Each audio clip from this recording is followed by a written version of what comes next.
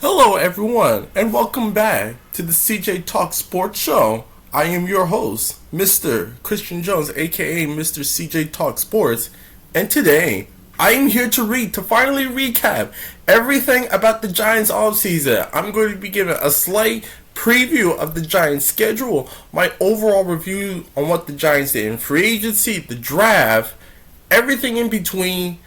Again, welcome back to the CJ Talk Sports Show. I apologize for being away for so long. If you are new to this channel, please be sure to like and subscribe.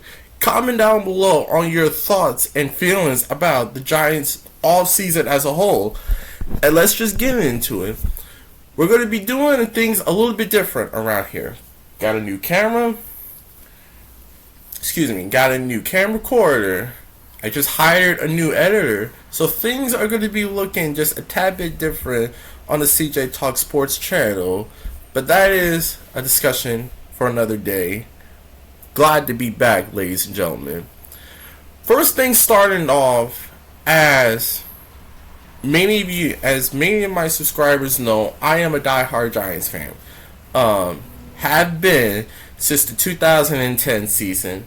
Fell in love with the team because, obviously my family are a big line of Giants fans, Giants supporters. As a matter of fact, they were the catalyst that I should one day review and actually start covering the New York Giants on a daily basis. It wasn't until 2 years ago until I finally got the idea to start my own channel and, do some slight reviews on what I think the Giants are going to do. Not just in terms of, covering the team as far as being a podcast journalist, but also potentially writing for the team, which I will look to do later down the line. So starting off with this all season, brand new regime, brand new coach, brand new everything essentially.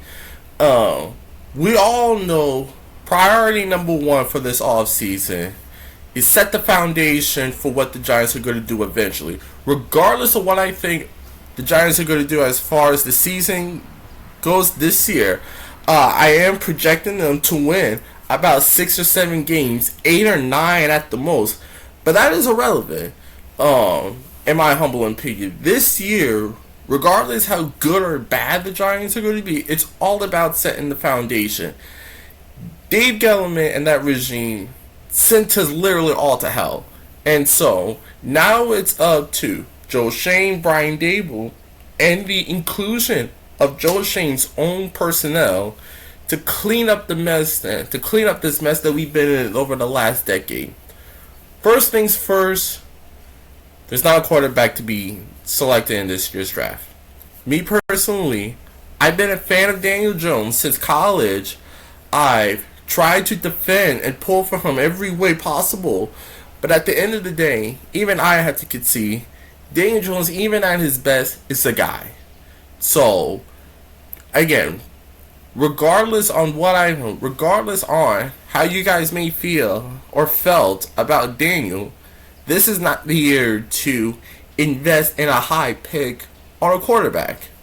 And considering what the Giants did in the draft, and considering what many NFL executives believe, this is not the year to be investing a high pick on a quarterback. It's just not. So what do you do with the little money that we have? You spend it at our most pivotal needs, specifically the offensive line.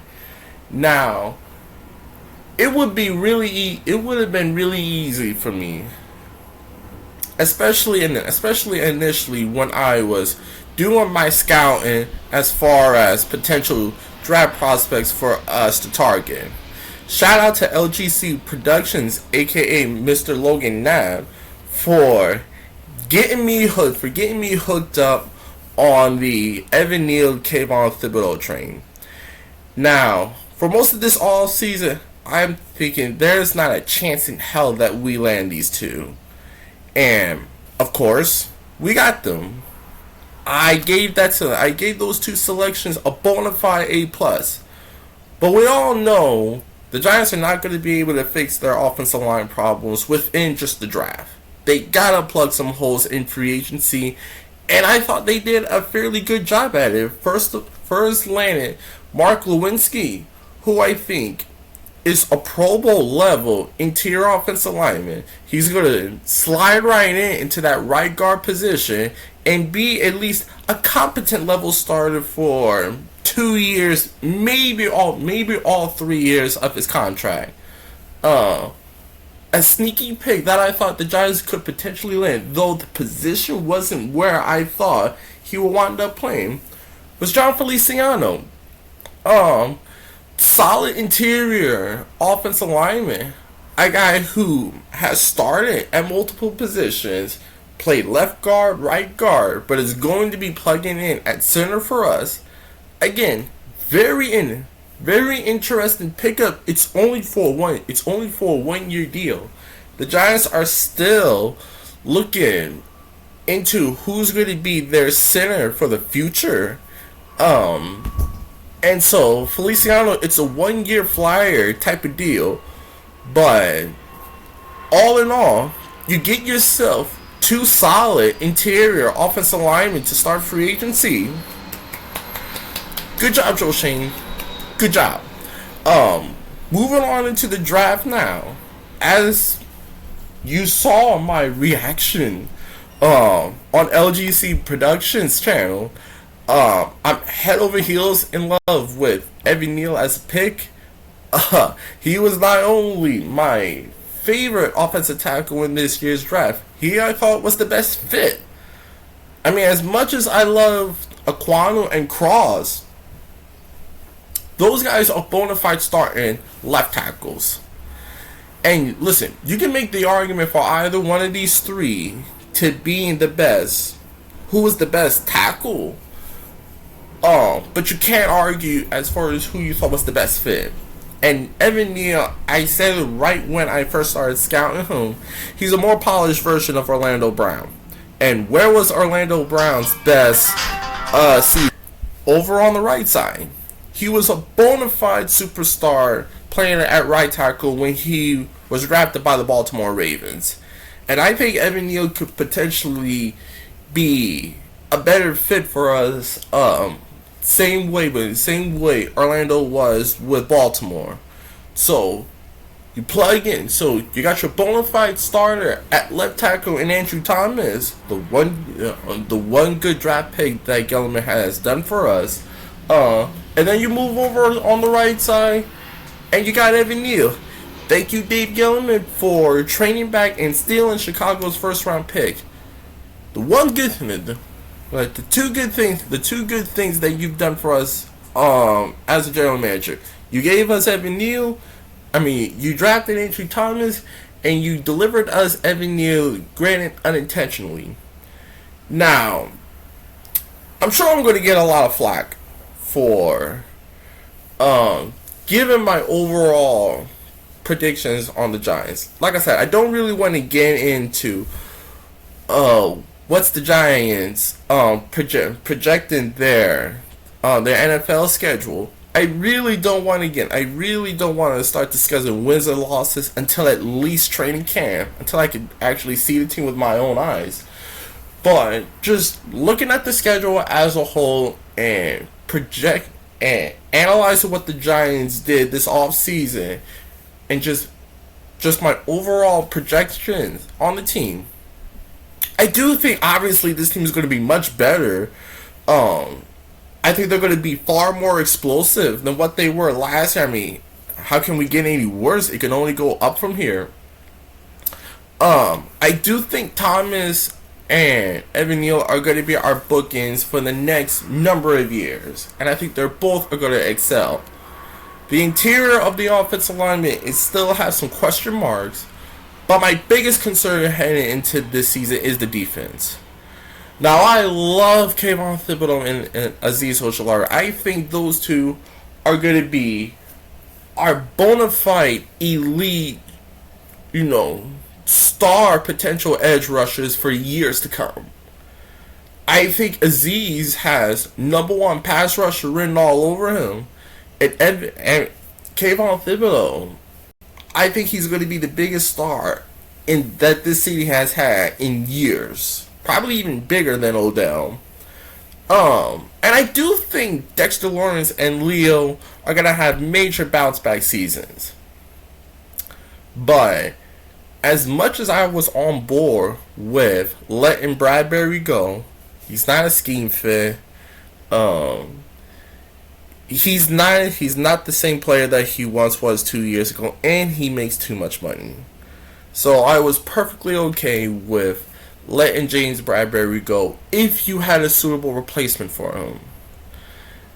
Now the Giants, in my opinion, they did not draft a suitable replacement for him. They didn't get a Sauce Gardner or a Derek Stingley, an Andrew Booth, or any of my favorite corners in this year's draft. I like the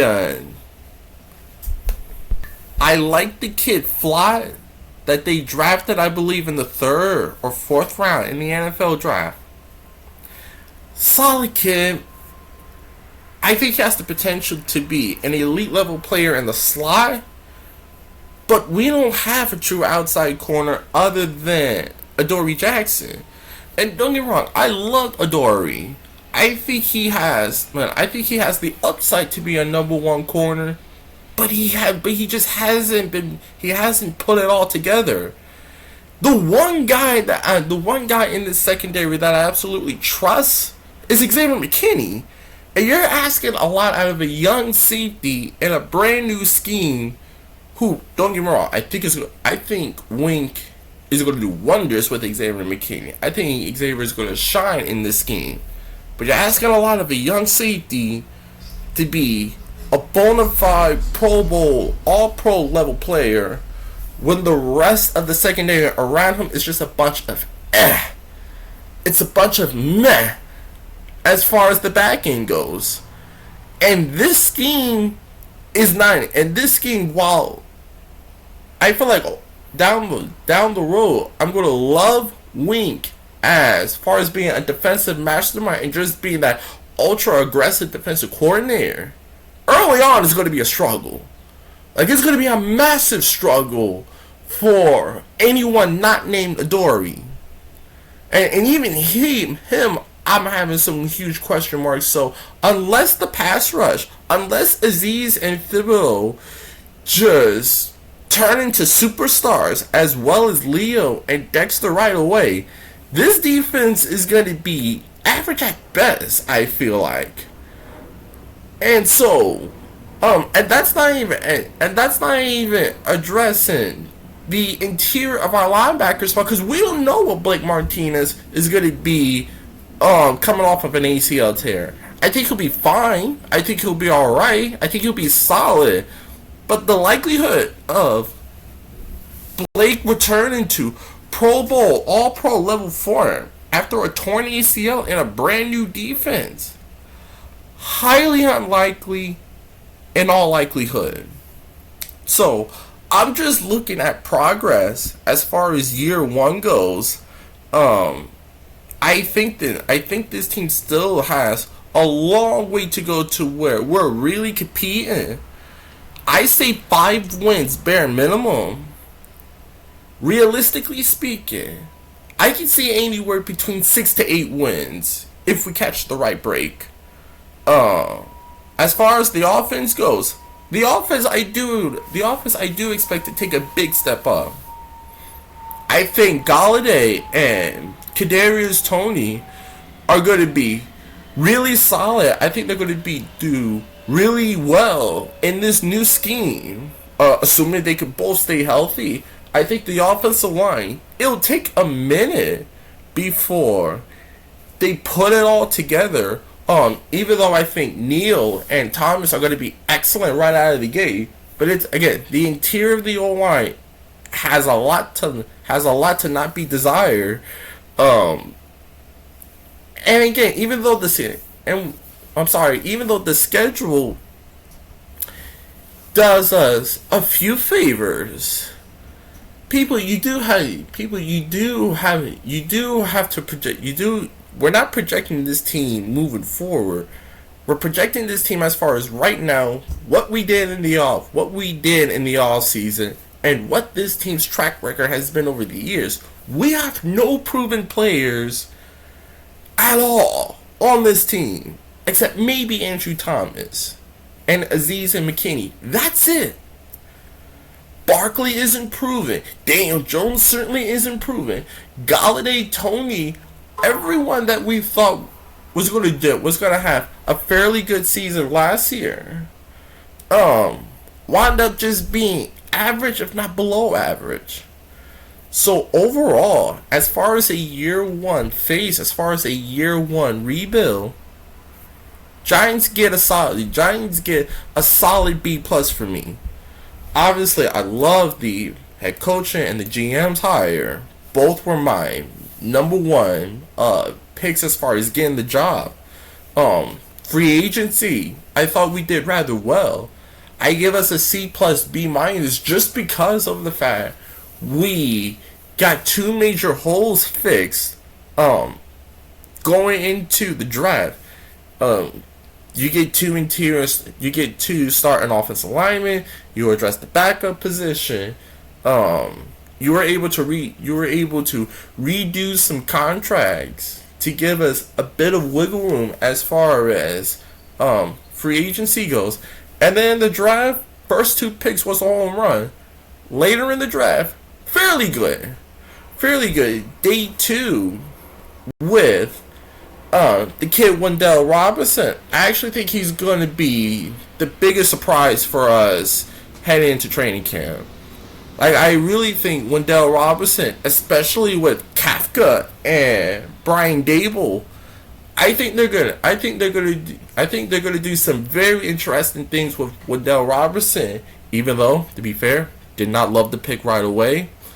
I thought of him more as a third or fourth round pick, so selecting him round 2 was a bit too high for me. But in this offense with that coaching staff, I think this kid has the potential to be something special.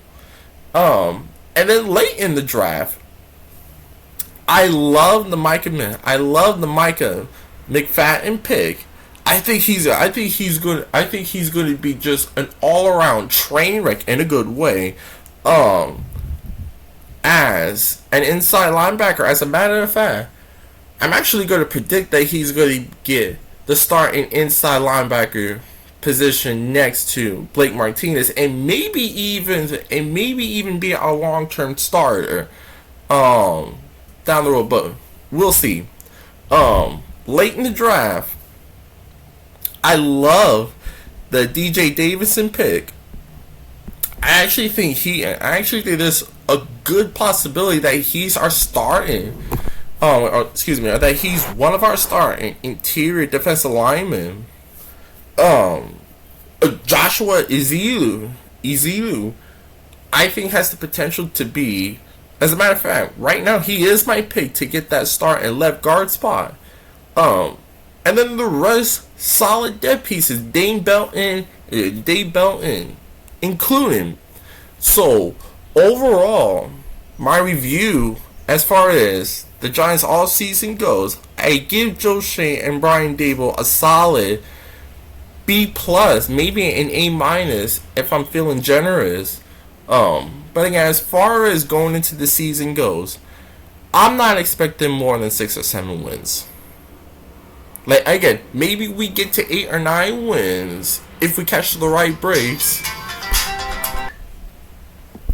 And unfortunately, I'm gonna have us selected in the top 10 again, likely to get our quarterback for the future. But that will be it, folks. I hope you enjoy watching this brief recap on the Giants all season. I'm going to be going live with LGC Productions with Nate and Zion. Don't expect a rant this time, okay? I know a lot of people in Logan's stream just goes wow whenever I do one of my epic rants, but I could assure you there's not going to be a big rant tonight, unless my Celtics blow Game 6 tonight. Then I might rant. But that would be it, folks. If you're new, please be sure to like and subscribe. And I'll see you guys next time. Peace.